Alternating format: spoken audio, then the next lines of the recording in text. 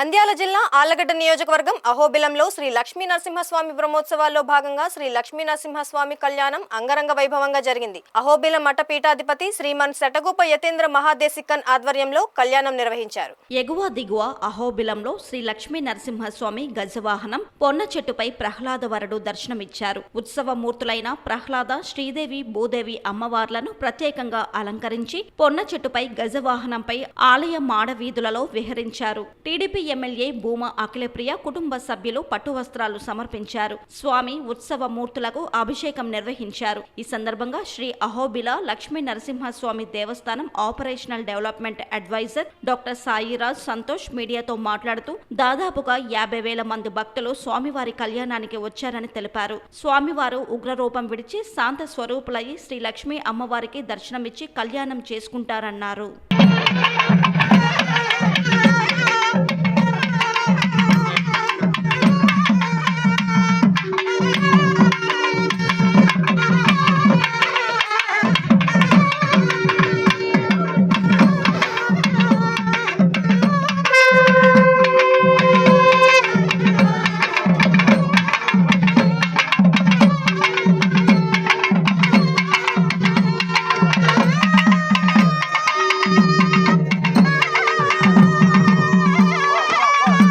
కళ్యాణం చూడటానికి district administration నుంచి డిస్ట్రిక్ట్ జడ్జెస్ దగ్గర నుంచి అందరూ వచ్చారు.